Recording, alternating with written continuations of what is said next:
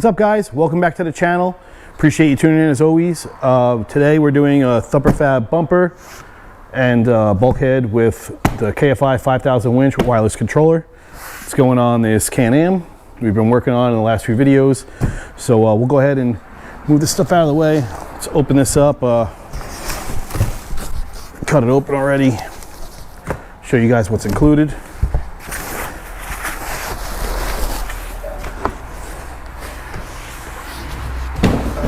Okay, so that is the ThumperFab bumper with a bulkhead, and obviously we'll be mounting a winch in here at the same time for the customer.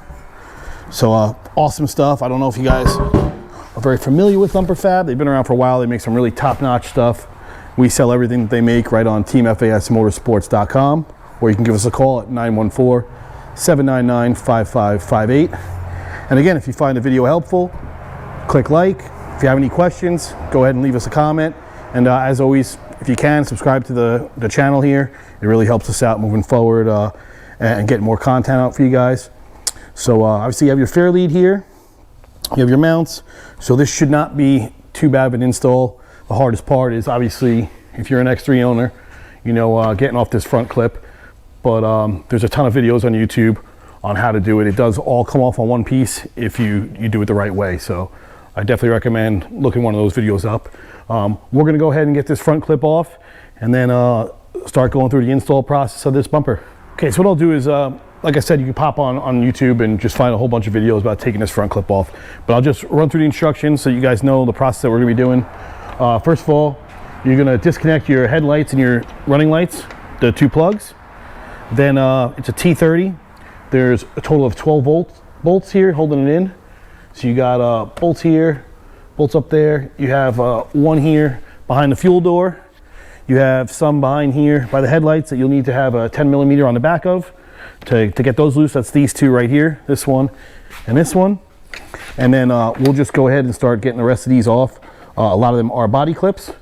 And that's it. Once you have that off, we'll go on to the next step and show you guys how to do the bumper and get your winch all set up in there and get this thing going. So we'll go ahead and wrench on this and we'll get back with you guys in a few minutes. Okay guys, quick note. I watched obviously some videos that I was saying to look up on YouTube. They have this bolt. Everyone keeps saying it's a T8 that holds this headlight in. On this model, this is a newer Can-Am X3 23. This is an 8mm. It's not a T20. So if you're going, it fits right here. That back hole, this is where it is, holds this bracket in for the headlight. It is, again, not a T8. This is an, I'm sorry, not a T20. It's an 8mm. So just keep that in mind when you're watching these videos on the internet. Everyone's using a T20 for that. They must have switched them on the newer models. So this is an 8mm. Everything else though is the same. All right, so now that we got all those bolts and everything off, you're gonna wanna work this top part out. So you clear the shock tower brace and all the metal back there, and then this whole thing will just pick right up and off. And again, just make sure you have your headlights, everything unplugged, and go ahead and set this to the side. Now the next thing you want to do here is we're going to take out these two top radiator bolts, and we'll zip tie this up and out of the way so we can go ahead and start with the bumper removal. Okay, so what we're going to do here is we're going to take a 10mm and take out the top rad bolts.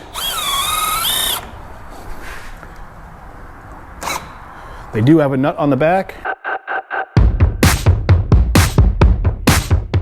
That's it. So take those two out. And obviously your rad's loose. We're gonna remove the bottom two, and then we'll go ahead and zip tie this up to the shock tower brace here and get that out of the way.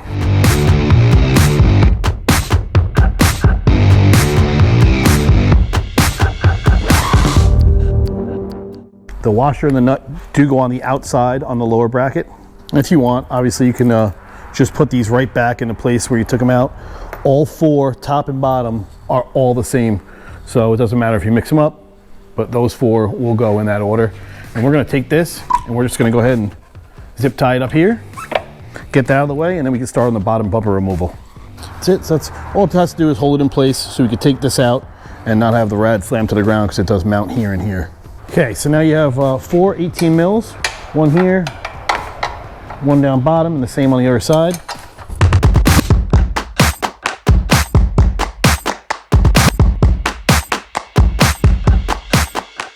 Okay, so now it's time to go ahead and get the new bumper back into position.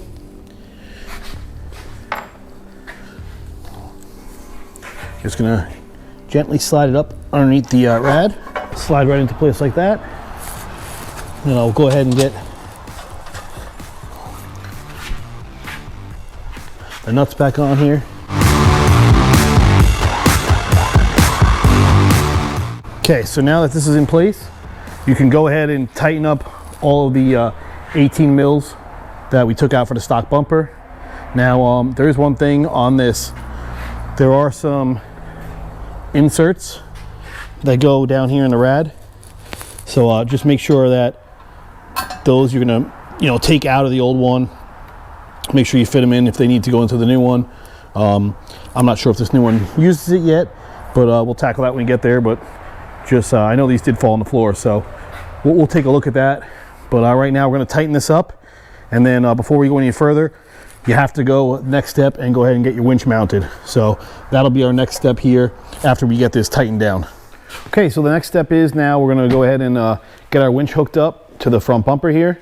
And we'll run the wires back to the bus bar and make sure that's all sturdy. Then we can go ahead and attach our rad back to the bumper itself. And at that point, you could pretty much get ready to put the front clip back on. If you're not doing a winch, obviously, you're ready to go. Put your rad back on and then slap the front end back on this machine. This one being that it does have a winch, we're gonna have to run wiring to the inside, hook up our contactor, our wireless winch unit, power it up. We'll test it, make sure it works, and then we'll go ahead and button up the front end. Yeah, so this is gonna go right on here. And again, if you don't have a winch, then you're ready to go. Start buttoning up your rad and getting the machine back together. We're gonna go ahead now and mount up this winch and run the wiring. Now this bumper does come pre-drilled with mounting holes for any size, winch, whether it's wide spool or standard. So you do have inner and outer bolts. So you're obviously gonna wanna know which ones are gonna line up with the holes on your winch. This winch one right here is a wide spool. So we are gonna be using the outside bolt holes. Okay, so the winch bolts for the KFI winch are 13.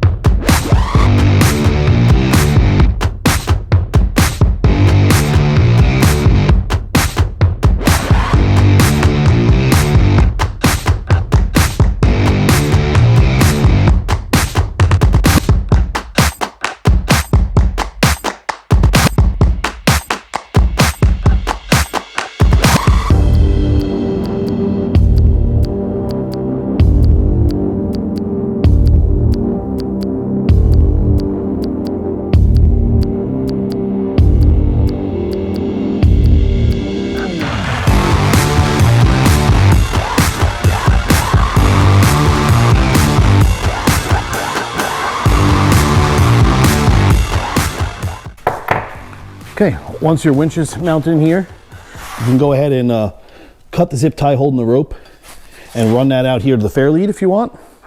We're gonna wait till the end to do that, but we're gonna go ahead and hook the cables up here and run those to the back to the bus bar. So you have a nut and two washers. One washer is gonna go before the terminal, one's gonna go after the terminal. Okay, so on KFI as well as other winch brands, you'll see they have these colorings here. Blue in the back, yellow in the front. It makes it real easy to just go ahead and match up the wires for which vehicle you have.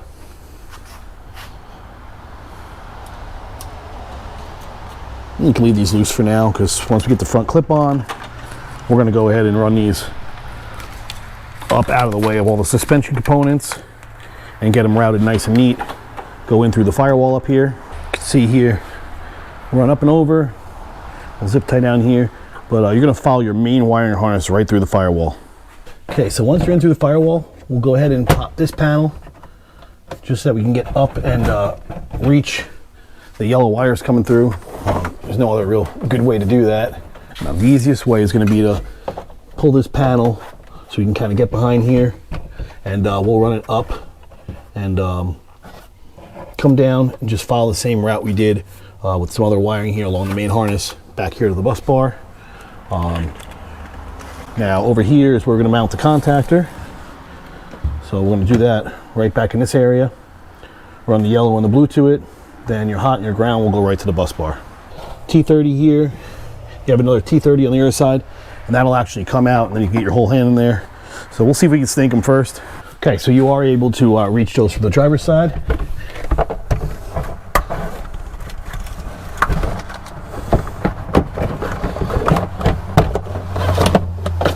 Pull those right through. Okay.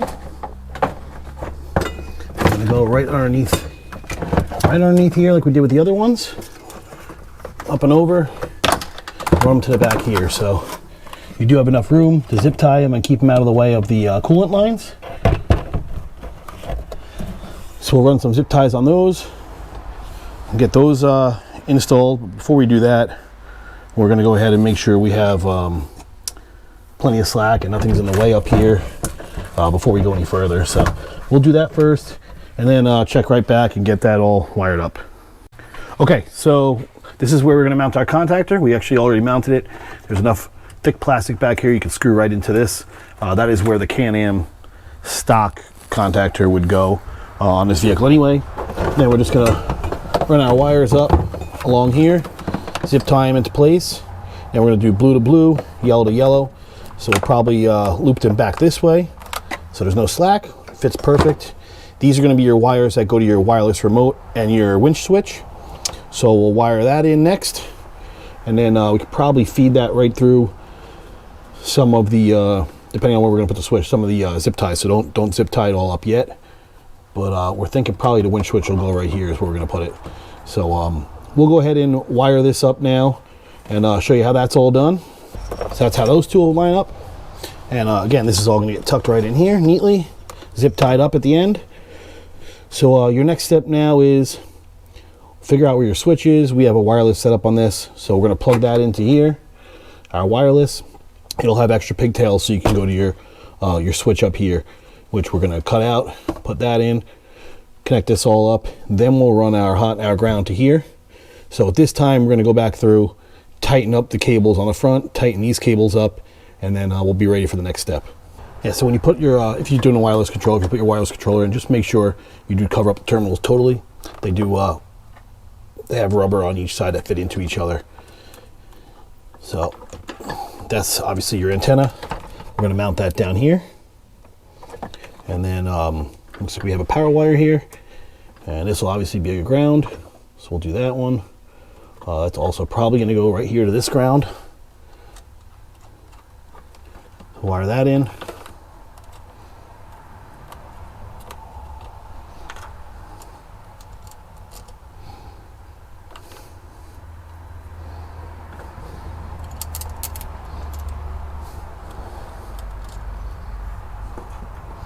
Put that back on for now. We are going to have another ground wire to run obviously for the power for the winch itself. So at this time we're going to mount this in here, and then we are going to go back and start getting our wires all done. This is key on power, so we'll run this to the accessory down here. That will power up the wireless antenna module here when the key is on. So that's how you want it. You don't want to be drawing all the time. So we will run that to down here, put a connector on it, run it to down there, and that should be it as far as the wireless controller goes. We do have a cradle for it, so we'll find a spot to mount the cradle for the customer where they can just slide their remote into. See where he wants to put that. You know, that'll be up to him. I don't want to go drilling something that he doesn't want in the right spot. So we'll check with him on that, and then we'll get back to it. Mount the switch, and then this will be all done. We went ahead and put the switch for the winch controller. That's for your handheld controller. This does have wireless, and then we'll be putting the winch switch in this location here in the middle. So that is pretty much it as far as the wiring goes on this. Okay, so now that your wiring's wrapped up, you can go ahead and install your fair lead. We have it just loose on there right now. Your hook obviously will go on the end. This winch comes with a rubber stopper we're going to put on as well. Now, you know, obviously test everything before you go ahead and do this. And next step after this is we're going to go ahead and reattach the radiator, and you can put your front clip back on. As far as this goes, this is all pretty much done. The bumper's installed correctly. It'll just be buttoning it up and putting the machine back together. So that's it. Go ahead and reassemble the front end, and bumper and winch are done. Okay, so as you can see, we got our front end back all together. We got our fair lead bolted up, got our hook and our line stopper installed. Come in here and just show you where we put everything. All the panels are back on, wiring's nice and tucked up in there. Got our switch right here. And then we also have our remote switch right here. And then again, this winch kit does have wireless. So at this time, you can just go ahead and put your seats back in, and that'll wrap up this install. Okay, so that's all there is to it on this winch. This is, again, the ThumperFab front bumper for the Can-Am X3 with the KFI 5K wide spool. All available at teamfasmotorsports.com, or give us a call anytime at 914-799-5558. Thank you again for watching. If the video was helpful, go ahead and click like. If you have any questions, comment below. And as always, if you subscribe to the channel, it greatly helps us out. And we appreciate you for watching. We'll see you on the next one.